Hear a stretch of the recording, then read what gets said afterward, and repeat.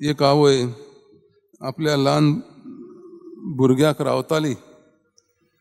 ते ल्हान भुरगें चेडू शेजाऱ्याच्या घरा असलें आनी ती आपल्या घरा परतले आयल्या उपरांत आवयन तिका विचारलें, तूं खंय गेल्ली, कितें करताली? ती म्हणपाक लागली, हांव शेजाऱ्याच्या म्हज्या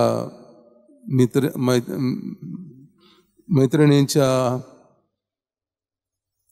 आवयक बुजवण दिवंक गेल्ली. कित्याक? ताचो बापूय, मैत्रिणीचो बापूय मेला. आनी मागीर तुवें कितें केलें? हांव तिच्या खांक्यांत बसून हांवें तिका बुजवण दिली. आवयन म्हणलें, तूं आनी कसली तिका बुजवण दिवंक शकता? तेच भाशेन म्हळ्या भाव भयणीनो, आमी ते ताल्यांत दिल्ल्या तेंची वपार आयकल्या. जायत गोळे ते काय दिसता तो असोच आपलो टायम पास करूंक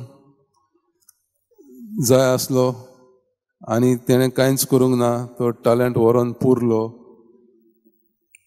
तसले मनीस आमचे मदीं आसात. देवान प्रत्येक जाणांक जिन्सा भाशांनी गूण दिल्यात, बेसांवां दिल्यात.